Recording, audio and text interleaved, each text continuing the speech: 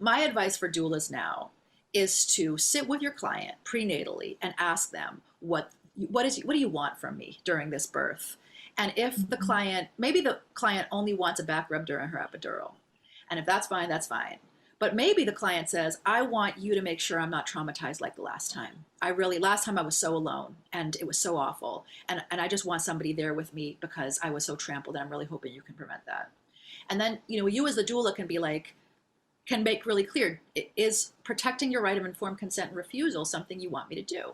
If the answer is yes, then I recommend that the woman and the doula sit together. The doula sit with the woman and really do some work prenatally to feel what comes up when they imagine themselves saying no.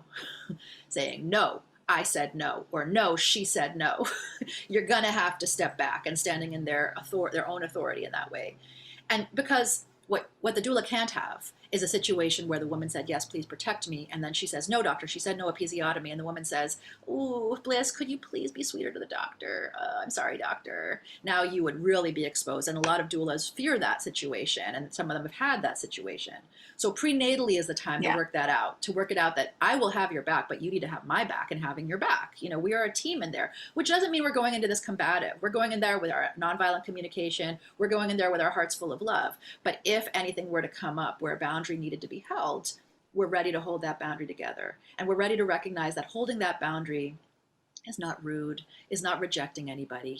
It's just saying, hey, doctor, hey, midwife, hey, nurse, we're so glad you're here, but I'm a human being and I have some needs in this birth. So if they do that confronting work and about their own emotions, and then when they get to the birth room, the woman should say to the doctors and providers when they come in, this is my doula, Hermine, or Blyss. This is my doula, Blyss. And Bliss's role in this birth is going to be to protect my right of informed consent and refusal. And so what I've asked Blyss to do is just keep an eye open, because things happen so fast around here, don't they?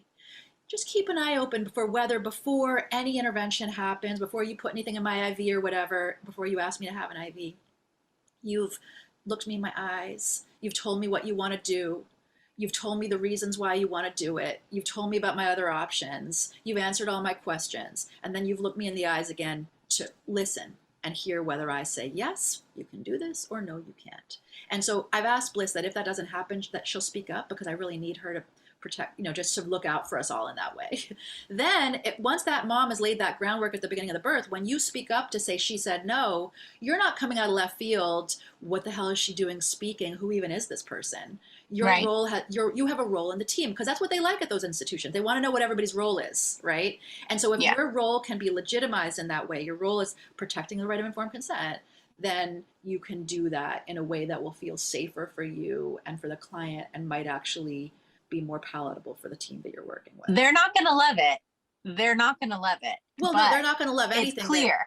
It's clear, Well, they're not going to love the enforcement of informed consent, right? They're not going to love informed consent having to be respected in that room, because it will change everything, right? So like one of my mottos in closing, right, is how much would change in the birth room if it was really clear to everybody in that room that nothing could be done to the woman. She couldn't be touched or anything until someone looks her in the eyes, tells her what they want to do, and answer all of her questions, tell her all her options and the risks, and then listen to what she wants.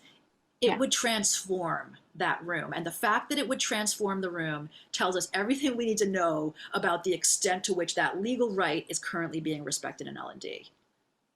Absolutely.